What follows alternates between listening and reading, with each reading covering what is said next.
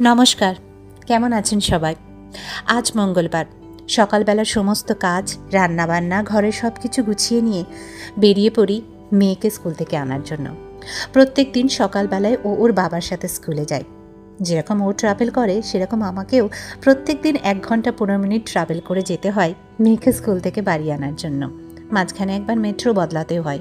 প্রতিদিনের মতো আজও আমি বেরিয়ে পড়েছি জলের বোতল, টিফিন, জুস, ছাতা সব কিছু একটা ব্যাগে গুছিয়ে। ব্যাগটা একদম ভর্তি থাকে। কতদিন হয়ে গেছে সেই স্কুলের ব্যাগ বওয়ার অভ্যেসটা চলে গেছে, আবার মেয়ের জন্য বইতে হচ্ছে। আজকে আবার মঙ্গলবার, তাই ওর আবার স্কুল থেকে ফেরার পথে জিম থাকে। সেই জন্য আজকে ওর জন্য একটু ভালো খাবার বানিয়ে এনেছিলাম, যাতে ও খেয়ে পেটটা ভরা থাকে। কারণ জিমে যাওয়ার 0.5 ঘন্টা 40 মিনিট আগে পর্যন্ত ওকে কিছু খাবার দেওয়া যায় না, তাতে ওর একটু অসুবিধা হয়। বাড়িতে ফিরে মাত্র মেয়েটা 10 মিনিট রেস্ট পেয়েছিল। তারপরেই ওকে নিয়ে পৌঁছে গিয়েছিলাম ওর জিমে এর ক্লাসের জন্য। আমার মনে আছে আমি যখন ছোট ছিলাম আমি গ্রামে মানুষ হয়েছি। মাঠে ঘাটে দৌড়ঝাঁপ, সাইকেল চালানো, খেলাধুলো এসবের মধ্য দিয়ে আমাদের অনেকটাই ফিজিক্যাল এক্সারসাইজ হয়ে যেত। কিন্তু এখনকার বাচ্চাদের সেই সুযোগটা অনেকটাই কমে গেছে।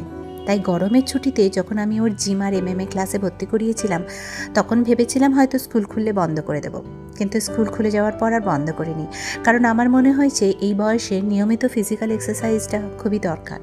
আমরা সবাই জানি এক্সারসাইজ শুধু শরীরের জন্য না, মন আর ব্রেনের জন্য খুব উপকারী।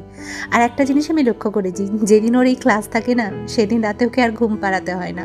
ও নিজেই এসে বলে, মা আমার ঘুম পাচ্ছে। এটা শুনতে আমার খুব ভালো লাগে। তখন আমার মনে হয় ওর পুরো দিনের রুটিনটা খুব সুন্দরভাবে সম্পূর্ণ হলো। আজ সারাদিনই না ভীষণ গুমোটা আবহাওয়া, না ঠিকমতো ঝমঝম করে বৃষ্টি হচ্ছে, না পুরোপুরি থামছে। তাই গরম আর আর্দ্রতায় একেবারে হাঁসফাঁস অবস্থা। এখানে বসে বসে আমি রীতিমতো ঘামছি। বসে আছি ঠিকই, কিন্তু মাথার মধ্যে চিন্তা চলছে কতক্ষণে বাড়ি যাব। কেননা আজকের দিনে বাড়ি গিয়ে একদম সময় দেয় না মেয়ে। তাড়াতাড়ি খাবে আর ঘুমোবে, এটার জন্য ছটপট করে। আর ট্রেনিংটা শেষের পথেই শেষকালে বেশ মজা করে। ট্রেনার ওদেরকে নিয়ে একটুখানি করে কঠিন এক্সারসাইজ দেয় আর একটু মজা করে, তো সেটা দেখতে খুব ভালো লাগে। সবাই মিলে হাসাহাসিও করে।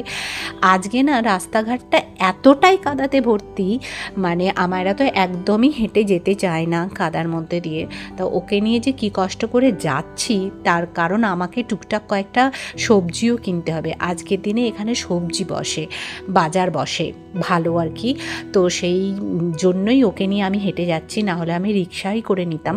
তো খুব ব্যাগটাও ভারী রয়েছে আর হাতে আর ক্যারি করতে পারছি না, তাই অল্প বিস্তর একটু সবজি, আম এগুলো কিনলাম। বাকিটা আমি সুপ্রিয়কে লিস্ট করে দিয়েছি, ও অফিস থেকে আসার সময় কিনে আনবে। এই যে দেখছো তো কী অবস্থা, কাদায় কাদা। এটা একটু তাড়াতাড়ি করে হেঁটেই বাড়ি এলাম। কালকে আবার একটা অঘটন ঘটেছে, দেখো কীরকম হাতটা পুড়ে গেছে, কড়াতে ছ্যাঁকা লেগে, এটাতে আবার ফোসকাও পড়েছে।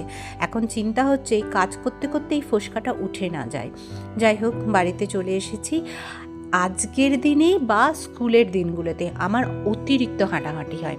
দেখো 6:22 বাজছে, আমি 6470 স্টেপ হেঁটেছি 5 কিলোমিটারের ওপর। ওই সাংঘাতিক জলা যেটা দেখাচ্ছিলাম, দেখুন ফোসকাটা গলে গেল।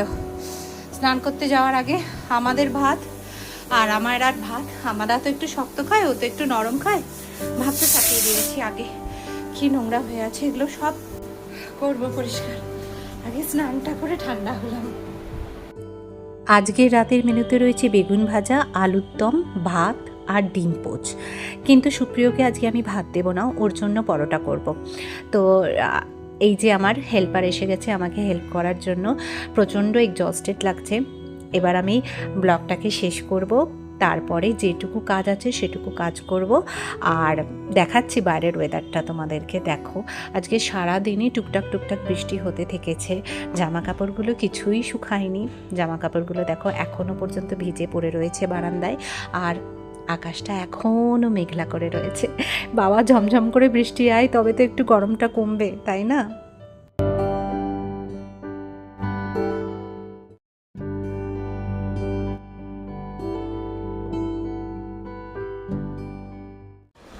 এখন বাচ্চা 7টা। আমায়রাকে এবার ভাত খাওয়াবো, ভাতটা হয়েই গেছে। তারপরে আমি খাবো, আর সুপ্রিয়র খাবারটা বানিয়ে রেখেও দেবো। ওর প্রত্যেক দিনই আসতে দেরি হয়। তো এইভাবে ব্যস্ততার মধ্যে আমার দিন কাটছে। আজকে একটা ছোট ব্লগ আপনাদের সাথে শেয়ার করলাম, কেমন লাগলো জানাতে ভুলবেন না। দেখুন কেমন টানাটানি শুরু করে দিয়েছে। ও কিন্তু আর ধৈর্য রাখতে পারে না, ওর প্রচণ্ড অধৈর্য হয়ে যায় যেই 7টা বেজে যায়। ও খেয়ে ঘুমানোর জন্য ছটফট করে। তো চলুন আজকের এই ব্লগটা আমরা এখানেই, yes I will give you bhat. See দেখুন ও খিদে পেয়ে যায়, ও ভাত নিজেই চেয়ে খায়। তো আজকের ব্লগটা নিয়ে এখানেই শেষ করছি। যদি ভালো লেগে থাকে যাওয়ার আগে একটা লাইক কমেন্ট করে দেবেন, আর যদি কেউ নতুন থাকে then subscribe our channel. Can you tell? Subscribe